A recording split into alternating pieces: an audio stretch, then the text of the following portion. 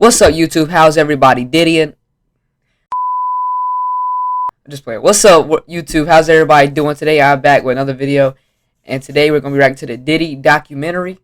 Honestly, I made a lot of no Diddy jokes, but I really don't know anything about what's going on. So I'd love to watch this and really just see what's actually going on. So why don't y'all watch it with me?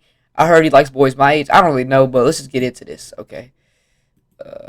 The Diddy Files. I guess this is what. The extremely powerful executive Sean Diddy Combs has had an ominous presence in the music industry for the past 30 years. From his suspicious involvement in the demise of Tupac and Biggie, his secretive ritualistic parties in the backrooms, as well as numerous accidental confessions, has made the public pre-decide that he is guilty of all accusations against him. Not only have multiple women filed formal lawsuits alleging him of violent sexual assault and humiliation, but now the federal government raided his home as they investigate his involvement in a global sex trafficking operation. Wow. Technically, at the moment, he is not being charged of any crime, but any day now, Diddy could feel the wrath of the American justice system. Today, we are going to unearth the secrets he never wanted the world to know. Make sure my camera's good, bro.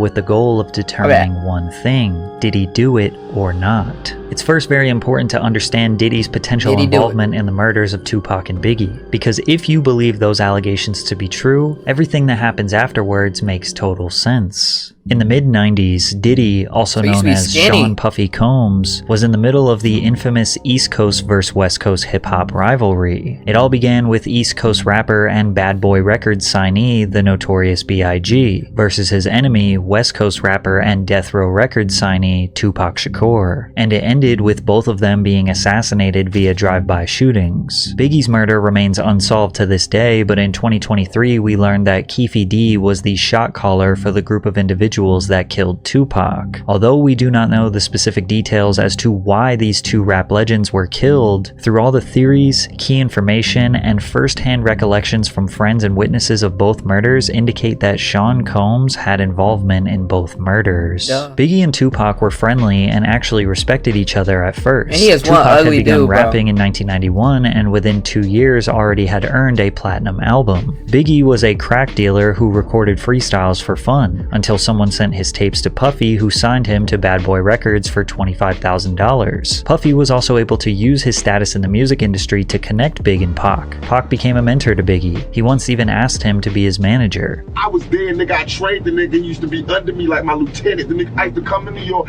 I used to do shows and let the nigga come on before I did Keep Your Head Up and Get Around. Because nobody knew the nigga in New York. And I used to tell the nigga, yo, if you want to make your money, you gotta rap for the bitches. Do not rap for the niggas. I told the nigga, don't rap for the niggas. Rap for the bitches. The bitches will buy your records and the niggas want what the bitches want. So all of a sudden he changed from being listen to party and bullshit, listen to his style. He changed from that to Big Pop. Pac believes that Biggie used him as a blueprint, changed his whole style, persona, and music to be more aligned with Tupac. Many people speculated that Diddy also had a slight obsession with Tupac. He started dripping himself in Versace after Tupac did it first. He also got romantically involved in women after Tupac had ran through them first, like Sarah Chapman, who ran around with Tupac in the 90s and is now the mother of one of Diddy's children. Pac's claims aged like fine wine when recently the internet figured out that Biggie's most successful hit, Juicy, was actually stolen by a Mississippi-based artist called Notorious B.I.G., who released a song called Big Daddy a year before Juicy that sounds exactly the same.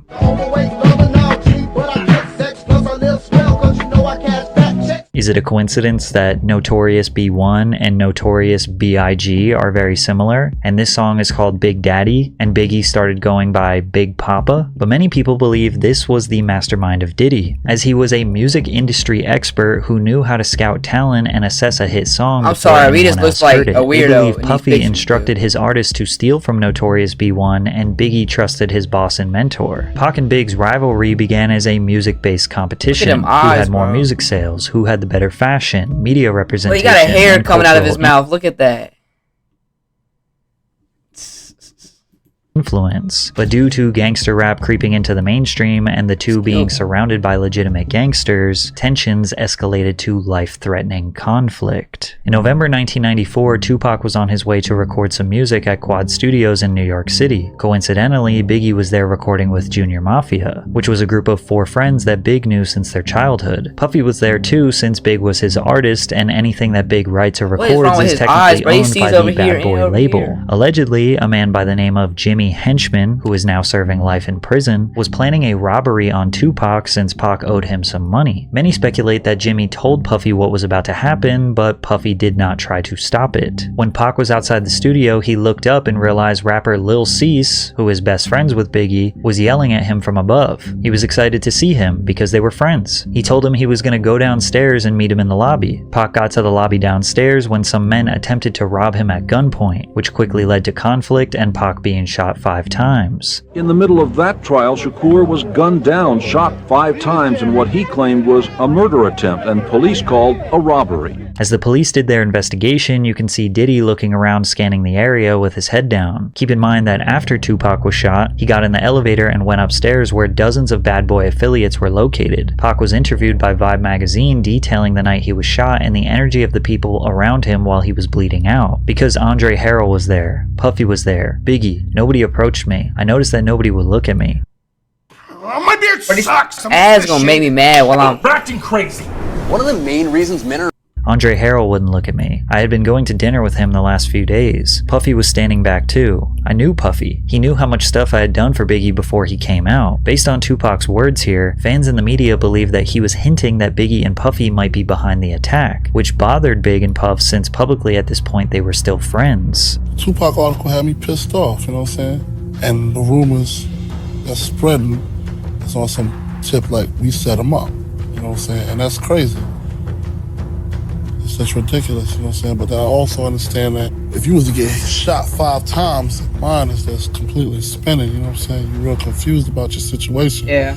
So it'll cause you to say things that you really don't mean. To make things worse, a few months later, Pac was found guilty of sexual assault and would end up serving 9 months in prison. This gave him tons of time to think and reevaluate his life. To add insult to injury, Biggie released his iconic cutthroat track called Who Shot Ya, which felt like an obvious diss towards Tupac. But technically, it was recorded before Pac got shot, but it was marketed and released months after the incident. Regardless, the media developed the narrative that Big and Puffy set up the shooting and now released a diss record bragging about their hit. And Puff's full intentions were to stir up drama, as can be confirmed by the former president of Bad Boy Records. Biggie might not have thought that when he wrote the lyrics that it was going to be used for that, but the way it was marketed by the company and released in the succession of things that were going on that we were dealing with on all the levels that we were dealing, that record. Like, is she like? I didn't know that those things were possible. I thought they were more rounded. Like, who just has that in their room though?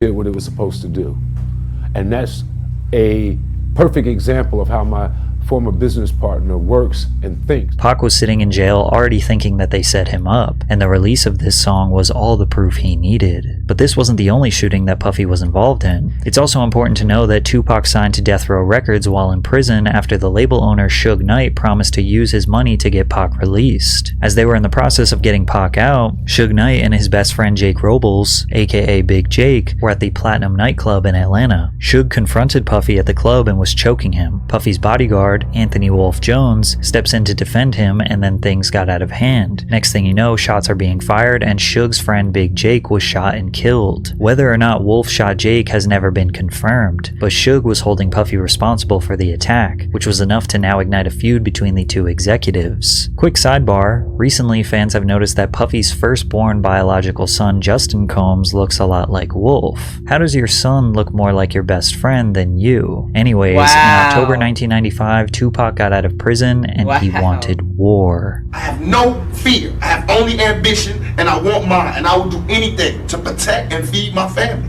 And these niggas represent a threat. Pac got out and immediately started taunting and scheming on Bad Boy Records as much as possible. In the days after his release from prison, he jumped into the studio to record his next album, All Eyes on Me, and he talked about the anticipated tracks. 2 of America's Most Wanted with me and Snoop. That's gonna be a humdinger, right? Shorty Wanna Be a Thug. That's gonna be a big one. And wonder why they call you bitch with Faith. That's gonna be a big one. He mentions Faith, aka Faith Evans, who was married to Biggie for over a year at this point. Imagine your wife jumps in the studio with your biggest enemy 1 week after he gets out of jail. Pac was also seen with Faith Evans at Whitney Houston's album release party. The rumor is that Biggie cheated on Faith and that she was trying to get back at him by cheating with Pac. Pac also allegedly started messing around with Mary J. Blige, who was a close friend and business partner with Puffy. Then Death Row Records held a Christmas party in 1995 where a close friend of Puffy, Mark Anthony Bell, was mercilessly beaten and forced to drink urine after refusing to give Suge Puffy's mother's address. Tupac and Death Row did not let off the gas. At the 1996 Soul Train Awards, Biggie won the award for Song of the Year. Out of all the things you could have made him do, you made him drink some piss, bro. Of the year. After Big got his award, he took some pictures backstage and then exited the venue because he had to go to the airport to catch a flight. And that's when Pac and Suge pulled up in a Hummer, taunting them. While we was waiting for the car to pull up, Suge and Tupac pulled up in the Hummer, and you know, Tupac was really loud, yelling West Side, you know, cursing, yelling a bunch of stuff, and Suge came from the other side and was like trying to actually walk up to us saying he just want to talk to Big, like want to talk, but of course everybody got in front. You know, it's a little yelling and arguing for a minute, but police and everybody got in front, kind of stopped everything. Despite Biggie's gangster lyrics, he was really a chill dude who didn't want to beef with Pac. Remember, he looked up to him. He always thought they were friends, but as we are speculating, he seemed to be a pawn in a much bigger operation. He knows you sent somebody to shoot him that first time. Is that true or false? Why? No, it's false. Why would I do that? Okay.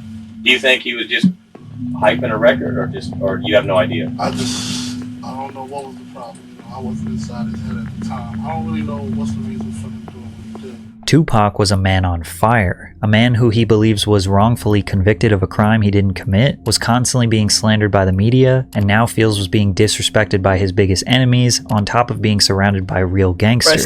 He released a music video alongside Snoop Dogg called Two of America's Most Wanted, which featured a skit mocking Biggie and Puff. Pop, please don't kill me.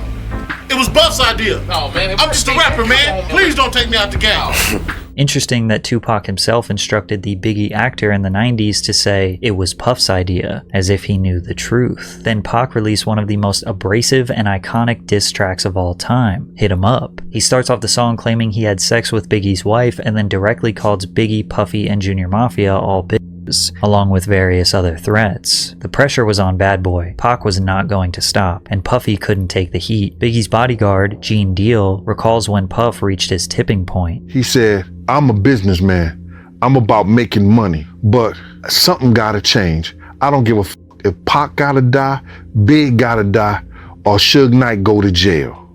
Something's gotta change." Gene was taken back. He wondered if Puff realized that he just said he didn't care if his own artist died. At the same time, he still wanted to play gangster games. As we all know, these gangster games only lead to two outcomes: death or jail, and Tupac would meet his fate on September 13th, 1996. Pac and the Death Row Squad were attending the Bruce Seldon vs. Mike Tyson boxing match in Las Vegas. Hyped up from the testosterone and the energy of the fight, Pac punched him in the face. Then Death Row associates put a beating on the man. Later that night, Suge and Tupac were driving down East Flamingo Road to Club 662, when suddenly a white Cadillac pulled up beside them at a red light and opened fire on Tupac. He was hit 4 times, with the fatal shot piercing his lung. Just last year, Las Vegas police arrested a man called Dwayne Keefe D. Davis, who was a shot caller for the group of individuals that committed this crime, and he orchestrated the plan that was carried out. Ironically, Keefe D. has been confessing his involvement publicly on the internet for years. In 2008, he confessed that his nephew, Orlando Anderson, the man that Tupac punched earlier that night, was the one who actually pulled the trigger. Keefe D. has now identified his own nephew as the murderer of Tupac Shakur.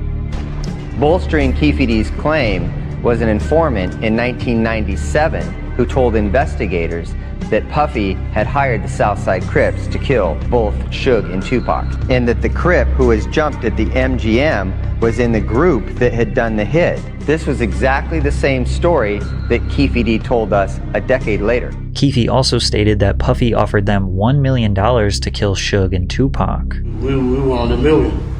Yeah, he said, come on downstairs and talk to you. He tells you, seriously, man, I need to get rid of these guys. I mean, he's looking at you in the eyes and he's like scared. Yeah. You tell him, we'll do it for $1 million, and he's like, okay. That's I'll crazy. do it for $1 million? Yeah. He agrees, you shake on it or something like that? It's nothing. Who brought up the amount of $1 million? He did. Puffy did? Yeah. Okay. Was it you? No, it wasn't me. I'll shit. $1 million, I'll take it. When Diddy was asked about this confession, this was his response. It was this documentary that claimed, which we know wasn't true. Yeah, check this out. We don't talk about things that are nonsense. We don't even entertain nonsense, my brother. So we're not even going to go there, with all due respect, but I appreciate you as a journalist asking. Thank you. As you can imagine, Death Row was likely seeking retaliation for the murder of Tupac. Everyone at Bad Boy Records knew they were not safe, but they were especially not safe in Southern California. An LA kingpin called Gene Deal, Diddy's bodyguard, and warned him that there was a hit placed on Biggie in LA. This somebody did 26 years in the federal jail as a kingpin, brother. He called me to save Biggs' them life. Tell them niggas not to go nowhere. It's a hit on them. You get this information from a kingpin, brother. Chas Williams. Despite knowing all this information, in February of 1997, they headed out to Los Angeles to promote Biggie's new album, Life After Death. Puffy also wanted to record some of his album, No Way Out, in LA. Lil Cease, Biggie's best friend, claims that Big wanted to be in LA. If he say go, we going. If he stay, we're staying. Big wanted to stay. I always tell people that, yo, why everybody always go, why y'all was there so long, or why you didn't tell him to go home? He's the boss. We're here because of him. And if he feel like it's no threat and he wants to be here, it's our job to stand down with him. Biggie was not taunting the West Coast. He genuinely loved being in LA. He received a lot of love from fans, promoters, radio DJs, despite being surrounded by his enemies. They pay him out as like the good guy, you know? The victor of his beef with Tupac, Biggie wanted to use his life to inspire change and squash the East Coast versus West Coast beef. The truth is, over the years, Puffy and Biggie had made so many enemies that they didn't really know who was after them, but they overstayed their welcome in the City of Angels, and Big's demise came on March 9th, 1997. After presenting an award at the 1997 Soul Train Awards, the Bad Boy crew attended the after-party hosted by Vibe magazine at the Peterson Automotive Museum. Biggie left the party riding in the front passenger seat of a Chevrolet Suburban SUV with Puffy and other entourage members driving directly in front of them. As they stopped at the first red light, a dark-colored Chevrolet Impala pulled up alongside Biggie's SUV. An unknown assailant inside the Impala rolled down the window and fired multiple shots at Biggie's vehicle. Biggie was hit numerous times by gunfire, sustaining 4 gunshot wounds. One of the bullets struck him in the chest, causing severe internal injuries. He was immediately rushed to the Cedars-Sinai Medical Center, but pronounced dead at the hospital that night. So what happened? Well, Puffy's business partner said that they had used up all their budget on security, so they couldn't hire extra security for this evening. Keefe D was also at this party and offered protection. Puff told him to stand down. Puff decided to ride in the separate car located in front of Biggie's. Then he gave his security guard, Gene Deal, very strange instructions rather than maximizing Big's protection. I tried to ride on the side of the car. Puff said, yo, Gene, what you doing? I said, I'm riding on the side of the car. I have my gun out. So he says to me, Gene, if you don't get in this car, you ain't gonna never work for Bad Boy ever again. I said, man, how the f you gonna try to tell me how to do my job? He said, Gene, we don't need that look. We don't need that look. Get in the car. As I go to get in the car, this motherfucker reached down and let his seat all the way back. So now I gotta put my legs sideways. I'm like, yo, what the fuck is you doing? I said, you ready? He said, you ready? I said, Kenny, run the next 3 lights. Kenny said, for what? I said, motherfucker, run the next 3 lights, Kenny, or I'm gonna drive. Kenny just took off. The first car ran the red lights, but the car behind them did not follow. They decided to stop at the red light. Lil Cease had his head hanging out the window trying to holler at some girls. Then out of nowhere, the shooting took place. They knew what they was doing. FBI agent Phil Carson, who worked on the case for several years, Suge Knight hired Amir Muhammad to carry out the execution. However, the agent says that the original target was not Biggie. They were targeting Sean Puffy Combs. Gene also believes this story is the truth. I believe it was meant for Puff.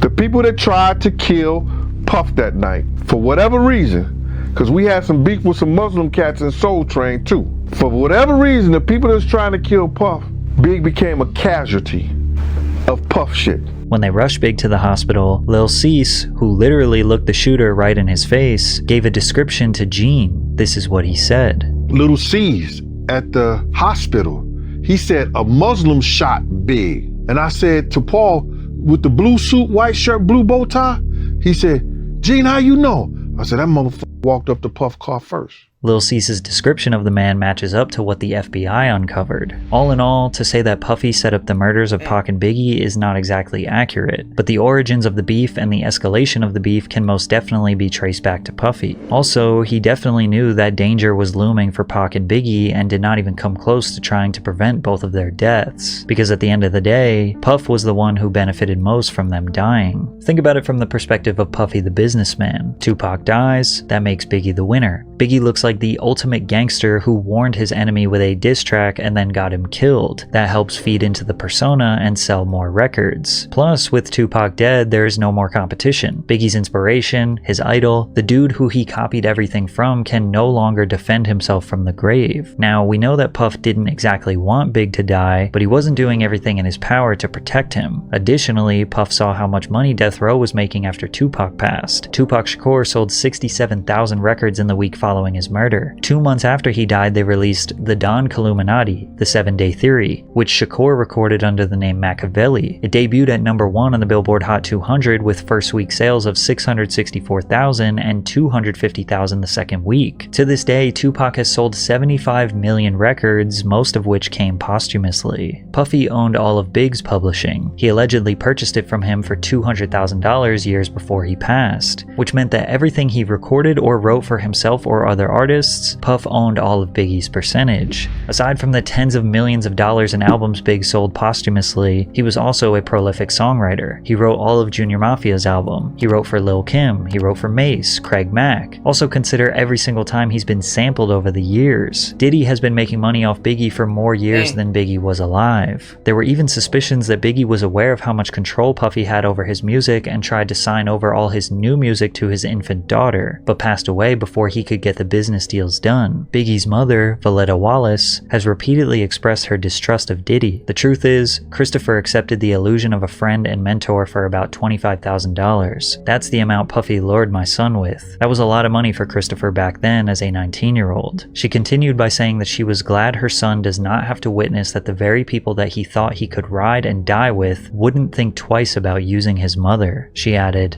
"I am glad that he is not here to see how they have used his image and his name." Diddy was filthy rich, extremely powerful, and evidently unpredictable. Imagine how easy it was to leverage his power in the music industry and his personal life. If you said no to him, in theory, he could blackball you, extort you, or maybe something more permanent. So consider that when we begin analyzing his history of suspicious behavior. Yeah, that's why I came here for, because I did not know it was about a murder mystery. Savage! Oh! I'm a savage! Whatever I want, I'm going to get! Whatever I want, I have to get! How many single-family houses, single-family homes would it take to equal one multifamily deal like this? Let's compare these things. Let's start with the mysterious Puffy's Flavor Camp, where Diddy would mentor teenage musicians like Usher and give them a taste of the music industry. R&B sensation Usher was nothing short of a child prodigy. By age 13, he had already been discovered in Atlanta by L.A. Reid, and they sent him to New York City to record his debut album with Diddy. In 1994, Usher was just 14 years old, and he moved into Diddy's house to be a part of his Flavor Camp. I mean, but hey, it was curious. I got a chance to see some things. Yeah, but you were 13. What were you seeing? I went there to see the lifestyle. Right. And I saw it. And it was, but I don't know if I could indulge and understand what I was even looking at. It was pretty wild. So nobody tried to, some woman didn't come along. I didn't say that. Okay. I didn't say that. What I did say is that there were very curious things taking place. And I didn't necessarily understand it. Usher has been very reluctant to discuss what happened when he lived with Diddy. In a 2004 article with Rolling Stone, he said, "Puff introduced me to a totally different set of shit. Sex, specifically. Sex is so hot in the industry, man. While he was in New York, he lived at Puffy's house in Scarsdale. There was always girls around. You'd open a door and see somebody doing it, or several people in a room having an orgy. You never knew what was going to happen." Some people look at this as nothing short of grooming a young boy. One time, Diddy himself detailed what living with Usher was like. Back in the days when he was like 10 and I was a little bit older, his older brother, we used to fight over the Frosted Flakes. You know what I'm saying? Before pause was invented. You know what I'm saying? But it's my brother for real. We used to actually wrestle off of the Frosted Flakes because he used to always get up early with me. Now he's one of the richest stars in the world. And what the f did Puff just say? Even though Kevin Hart was just joking, he really was the only one that seemed to question what Diddy was talking about. But Usher looks kind of uncomfortable. And you'll notice a theme where Diddy is very comfortable touching other people, embracing them, calling them pet names, and almost always the other person's body language screams they do not like it. Man, you doing it, man. You deserve it, daddy. You putting in that work. But Usher is not the only artist in the industry who whoa. flavor camp. Yo, wait a second. Is not the only artist in the calling them pet names, and almost always the other person's body language screams they do not like it. I thought that was a joke. Man, you doing it, man. You deserve it, daddy. You putting in that work. But Usher is not the only artist in the industry who may have been a victim of Puffy's flavor camp. Justin Bieber was also mentored by Diddy early on in his career. Bieber, just after his 15th birthday, spent 48 hours with Diddy. Diddy gifted him a Lamborghini Gallardo and let the world know why him and the teenager were hanging out. Where we hanging out and what we doing, we can't really disclose, but it's definitely a 15-year-old's dream. I don't have legal guardianship of him, but for the next 48 hours, he's with me. So, little did he know what he was going to do. Full crazy. Combs seems to be acting strange, but Justin seems alright. At the time, he was still a young star, glamorized by the industry. 1 year later, his demeanor towards Diddy was much different. Me I look like him, bro. Man, you good? I'm good. How are you? All right, young brother, everything's good? Selling great. out arenas and everything? Starting to act different, huh? You ain't been calling me and hanging out the way we used to hang out. Well, I mean, you try to get in contact with me, through all my, partners and whatnot. But you never really got my number, so. Now, Combs is renowned for hosting lavish and star-studded parties that have become legendary in the entertainment industry. Diddy parties are famous for attracting A-list celebrities across all industries. I had the craziest mix, Combs told Oprah. Some of my boys from Harlem, Leonardo DiCaprio after he just finished Titanic, I had socialites there and relatives from down south. Diddy parties are typically hosted at luxury venues or his own private residences. The media were quick to anoint him the modern-day Gatsby, a title he embraced with open arms. Have I read The Great Gatsby? He said to a reporter in 2001. I am the Great Gatsby. However, many people forget that one of Diddy's first parties ever resulted in the deaths of 9 attendees. In 1991, 22-year-old Sean Combs was the promoter of the Heavy D's and Puff Daddy celebrity charity basketball game at City College's Nat Holman Gymnasium, the infamous Puffy Party where a stampede occurred taking the lives of 9 people. Some of the hottest rappers in the game were set to attend. Boyz II Men, Phife Dawg, Big Daddy Kane, Jodeci, even LL Cool J and Mike Tyson showed up. The crazy part is that fans could see all of their favorite stars for just $12. The first problem occurred with the tickets. Keep in mind, this is in '91, so people had to go to physical locations like the Apollo Theater box office to buy tickets. Tickets were also sold at local shops like Boss Emporium, and even free tickets were given out on the radio by Funkmaster Flex. The facility could only hold 2,730 people, but they had no idea how many tickets they sold, as no proper system was set in place to keep track. Despite this, Gene Deal recalls Puffy requesting to cut security presence in half. This particular day, Puff calls me the day before we supposed to do the party and say, yo, Gene, I don't need y'all to do the security outside. I got the FOIs to do it. So I said, man, I just told 18 guys. He said, I just need 8. To clarify, the FOIs are Fruit of Islam members. One witness to the event said, you cannot have an event like this in Harlem without those Muslims, said Oscar Davis, 32, of the Bronx. Forget the police. They can't do nothing. The people in Harlem respect the Muslims. It was blatantly obvious that more people were outside than could actually fit in the gym. Despite the overcrowding, tickets were still being sold at the door, said Mario Salvaggi, a city police patrol chief. Fans entered through 2 side exits and funneled down the stairs, through the doors into the gymnasium. But once LL Cool J and Mike Tyson showed up, all hell broke loose. Mobs of people started swarming from outside to rush inside, pushing people forward towards the glass doors. The glass doors eventually were shut and needed to be pulled towards the crowd to be opened. Guards tried to instruct people to fall back, but they wouldn't listen. The pressure became so great that the glass doors shattered and people fell through them. Outsiders began stampeding and stomping stomping over bodies to get inside the facility. But the problem just got worse as they needed to go down the stairs into the gym. The doors at the bottom of the stairs also needed to be pulled open towards the crowd, not pushed into the gym. So hundreds of people were squeezed up against these doors in this tiny stairwell with no way to escape. Also notice that these doors don't have any windows. So inside of the gym, people were having a great time. From the outside, you can hear them partying, playing music, and rappers shouting over the microphone. They didn't even know that just on the other side of those doors were people fighting for their lives. Eventually, they got the doors open. As much as 6 people were stacked on top of each other and began spilling onto the gym floor, finally relieving the pressure. People began trying to perform CPR on the ground. Someone announced over the microphone that 3 people died right there. This caused chaos, and the people inside the gym began trying to leave, stampeding back through the exact same stairwell where people were trapped in the first place. Police identified 5 men and 3 women dead at the scene, and 29 people were injured. A 9th victim died in the hospital days later. All of them died from asphyxiation. 8 families of the deceased settled wrongful death lawsuits against Mr. Combs in early 1998. Mr. Combs ended up paying around $600,000 of a total $3 million or so. Now, clearly, this wasn't all Diddy's fault. Legally, the courts claim the city 50% responsible and the promoters 50% responsible. Regardless, death and dark energy seemed to lure around Diddy since his earliest days. From there, he kinda stopped throwing parties for the public and started to keep them private. However, over the years, disturbing rumors have spread regarding what happens during Diddy's parties, ranging from group sex rituals to casting couches where newcomers would secure their future in various industries. The biggest rumor is that aspiring male talent would need to pleasure other powerful men to advance their careers, and apparently it's an open secret in the music industry, which is why Shannon Sharp erupted in laughter when Cat Williams said, "Cause P. Diddy be wanting the body, and you gotta tell him no. You got to tell him no. I did.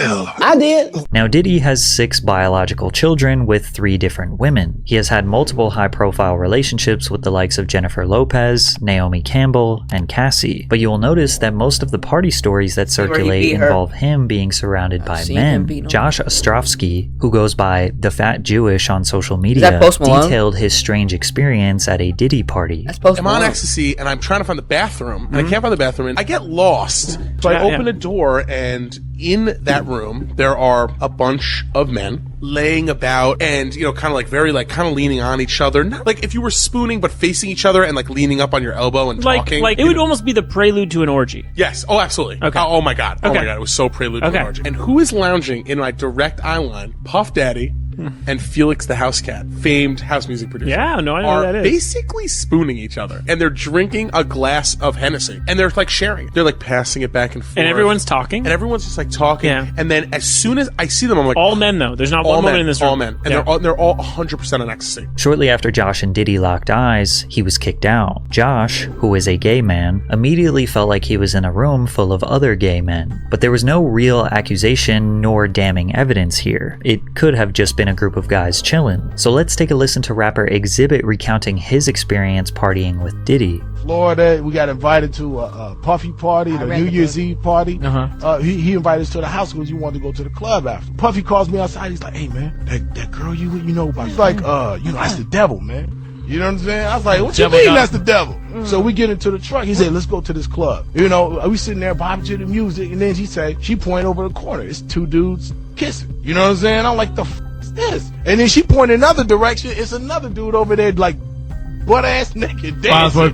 You know what I'm saying? We take off, man. Based on X's story, it seems like Diddy brought him to a gay club. Or maybe coincidentally, Exhibit just looked at the only 2 gay couples in a regular club. Nope. 50 Cent also recalls one of the first times he met Diddy. We gotta kick it. This is Puff. Okay. He telling me we gotta kick it and shit. And he was like, "Yo, why don't we like go shopping or some shit?" I mean, like, I pay for it. And I was like, "What the fuck this nigga just said?" Puff is a fruit pie. It's a fruit pie.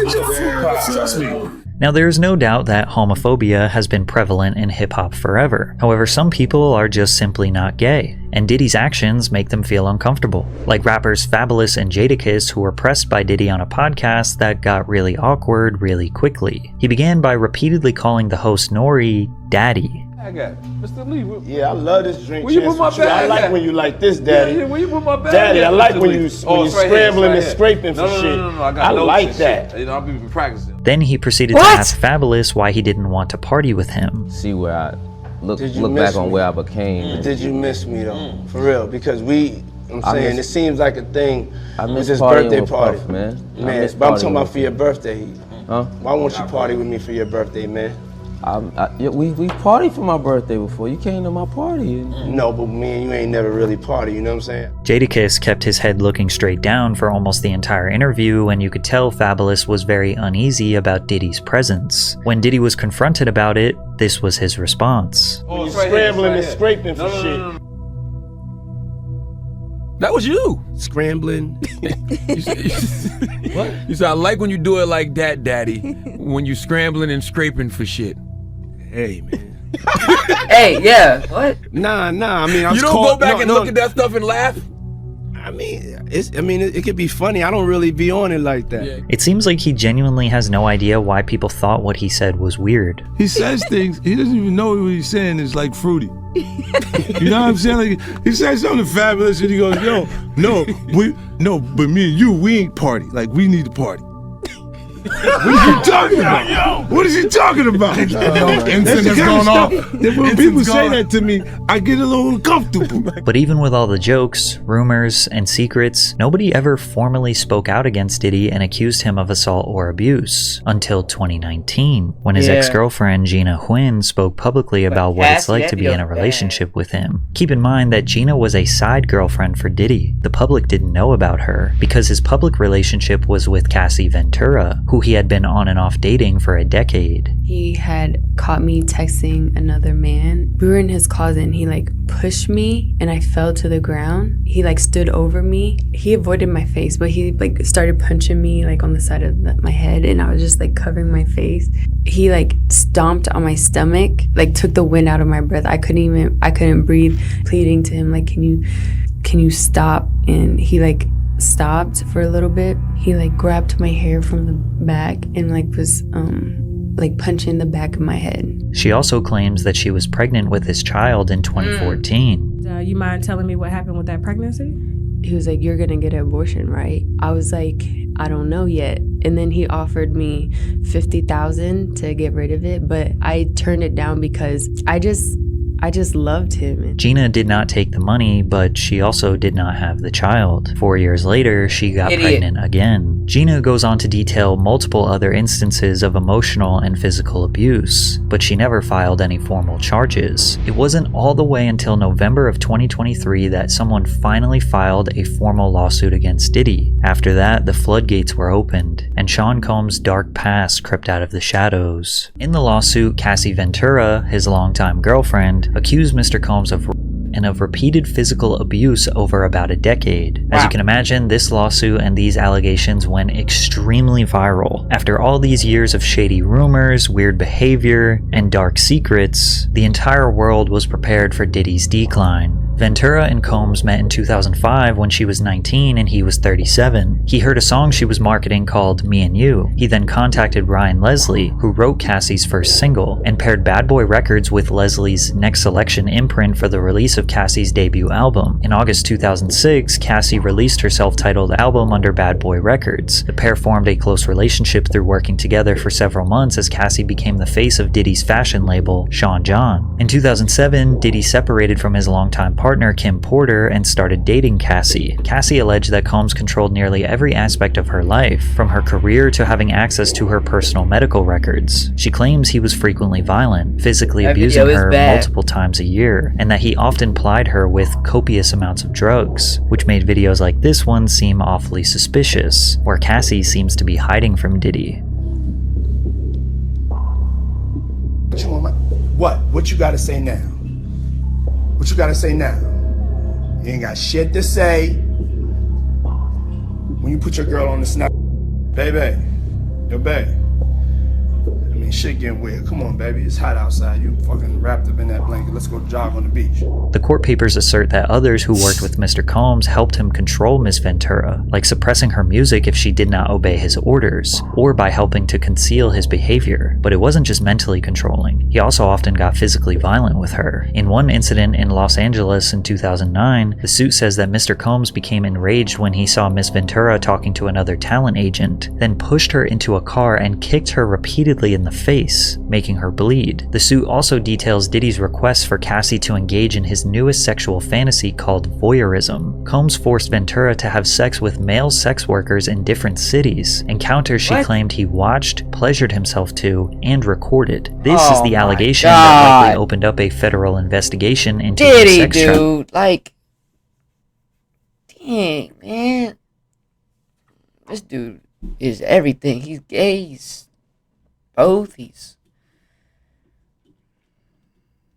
trafficking people. According to the suit, Mr. Combs called these encounters freak-offs, which involved costumes, like masquerade masks and lingerie. The lawsuit continues to detail some of the most horrific, embarrassing, and torturous behavior Diddy allegedly committed. Combs' lawyer, Benjamin Braffman, responded to the lawsuit on behalf of him. Mr. Combs vehemently denies these offensive and outrageous allegations. For the past 6 months, Mr. Combs has been subjected to Miss Ventura's persistent demand of $30 million, under the threat of writing a damaging book about their relationship. Despite them denying everything, the lawsuit was settled just 24 hours after it was made public. We don't know how much, but due to the severity of the charges, the public assumed that Diddy coughed up tens of millions of dollars to keep her quiet. And while Combs likely believed that he escaped Cassie's lawsuit unscathed, a woman named Liza Gardner filed a lawsuit on November 23rd. Gardner claimed that she and a friend met Combs and singer-songwriter Aaron Hall at an MCA Records event in either 1990 or 1992. They returned to Hall's apartment for an after-party where she was offered more drinks and was coerced into having sex with Combs, who assaulted both her and her friend. In another complaint filed the same day, Joy Dickerson Neal alleged that in 1991, she reluctantly went on a date with Combs, who intentionally drugged and sexually assaulted her after their dinner. Diddy denied the allegations through a spokesperson who claimed that the women's claims were fabricated and accused them of exploiting the Adult Survivors Act. The New York's Adult Survivors Act temporarily eliminated the civil statute of limitations for survivors of sexual assault, which gave them the right to file a lawsuit against the perpetrator regardless of how long ago it occurred. Then another woman came out. Jane Doe alleged that Combs, his longtime lieutenant Harve Pierre, and a third unidentified assailant gang-raped her when she was 17 at Combs' Manhattan recording studio in 2003. Pierre, who previously served as president of Combs Bad Boy Entertainment, had also been sued by a former assistant, who alleges he used his position of authority as plaintiff's boss to groom, exploit, and sexually assault her several times between 2016 and 2017. The lawsuit further claimed that men trafficked Doe across state lines from Detroit to New York City on a private jet, supplied the teenager with drugs and alcohol until she couldn't consent, and then violently assaulted her.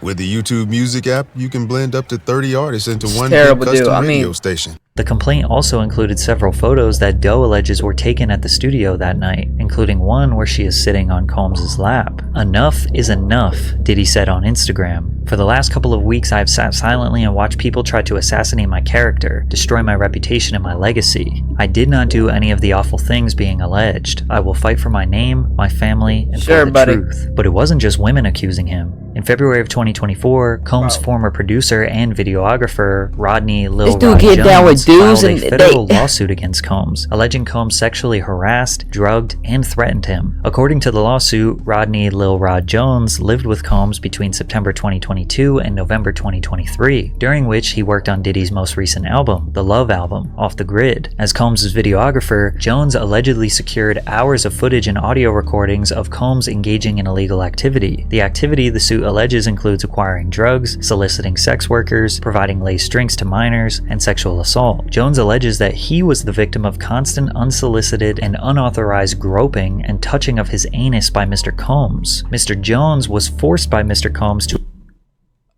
Mr. Jones was the victim of constant and touching of his anus.